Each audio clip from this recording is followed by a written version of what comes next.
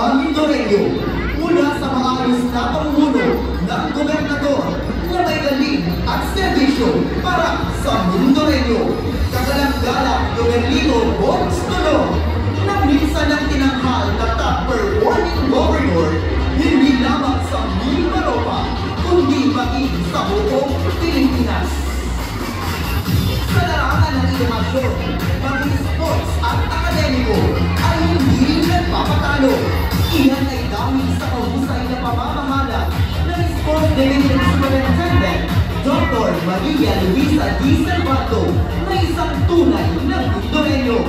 Bilang resibo, nakasungkit ang Oriental Mindoro ng mga medalya sa 2024 Palarong Pambansa. Katulad ng halcon, ang mga Mindoreno sa pagkilala ay padayon. Tamaraw. Katulad ng Tamaraw, taglay ng mga Mindoreno ang sipag at tatag. Sipag na pumulan sa inaan tagumpay. Tatag na dahilan kung bakit patuloy na sumusulong ang pinagbigan sa kabila ng mga hamon.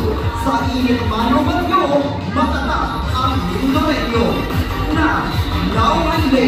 Katulad ng laban ng laban, taglay ng pinagbigan ang kapayapaan.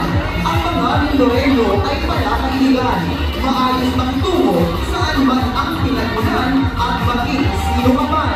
Walang dapat ipangamba sa kapayapaan, Mindoreno'y inyong kaisa.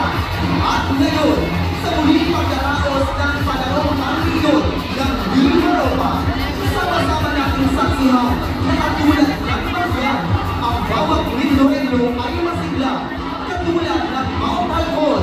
Dahil sa husay, Mindoreno'y magkikilala.